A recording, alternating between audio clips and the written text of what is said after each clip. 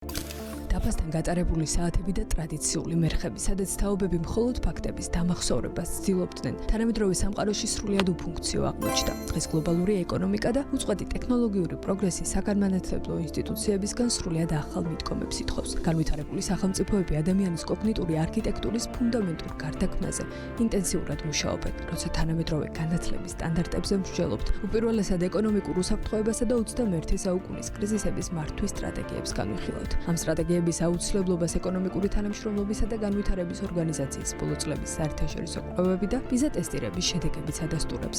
ქვეყნები, სადაც საგანმანათლებლო სისტემა მოსწავლისგან მორჩილებასა და თეორიების დასაპირებას მოითხოვს, გლობალურ კონკურენციას გარდაუვლად აგებენ. ამ ტენდენციის საპასუხოდ ფინეთმა სასკოლო პროგრამაში ფენომენზე დაფუძნებული სწავლების სტანდარტი წარმატებით დანერგა. მაგალითად, მე-7 კლასის მოსწავლეები მეორე მსოფლიო ომის ისტორიას უშუალოდ გეოპოლიტიკური, ეკონომიკური და დემოგრაფიული კუთხით ერთიან და კომპლექსურ პროექტად იკვლევენ. მსგავს გარემოში მასწავლებელი ინფორმაციის გადამცემი და კვლევითი პროცესების მთავარ მენტორად გარდაიქმნა. სწორედ ასეთ დამოუკიდებელ კვლევით პროცესებსა და ანალიტიკურ ბაზას ეყრდნობა გლობალური განათლების სამი მთავარი მიმართულება. 159 ქვეყანაში აღიარებული საერთაშორისო ბაკალავრიატის იგივე IB სტანდარტი, კემბრიჯის უახლესი მოდელები და STEM მიდგომები. თითოეული მათგანი მთავარ აქცენტს პრაქტიკულ და პროექტულ სამუშაოებზე აკეთებს. კონკრეტულად, თუ კემბრიჯის პროგრამაში მოსწავლეები გლობალურ პერსპექტივებს იკვლევენ და არგუმენტირებულ დებატებში ერთვებიან, STEM მიდგომისას მოზარდი ფიზიკის ფორმულას განახლებადი ენერგიის რეალური მოდელის ასაგებად იყენებს.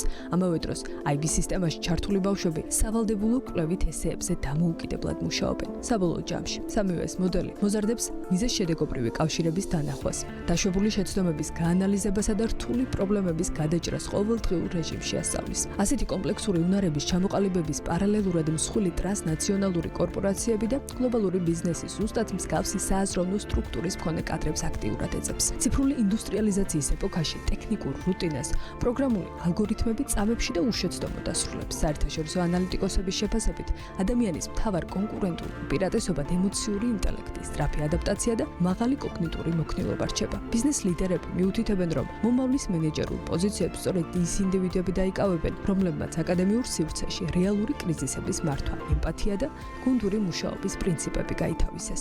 ამ უწყვეტი ჯაჭვის ბოლო რგოლში კი თანამედროვე განათლების რეალური და ადამიანური სურათი იკვრება. დღევანდელი საკლასო ოთახი მუდმივი ძიების, შეცდომების დაშვებისა და ახალი აღმოჩენების ცოცხალ სივრცედ ყალიბდება. მოზარდისთვის შემოქმედებითი თავისუფლებისა და კრიტიკული აზროვნების უნარის მიცემა მისივე განვითარების ერთ-ერთი უმთავრესი მდგენელია. სწრაფად ცვალებად სამყაროში მხოლოდ დაგროვილი ფაქტების ფლობა აბსოლუტურად უსარგებლო ხდება, რადგან აქ და ახლა ჭეშმარიტი ძალა ამ ცოდნის კრიტიკულ გააზრებაში, მის პრაქტიკულ გამოყენებასა და სრულიად ახალი იდეების გენერირებაშია.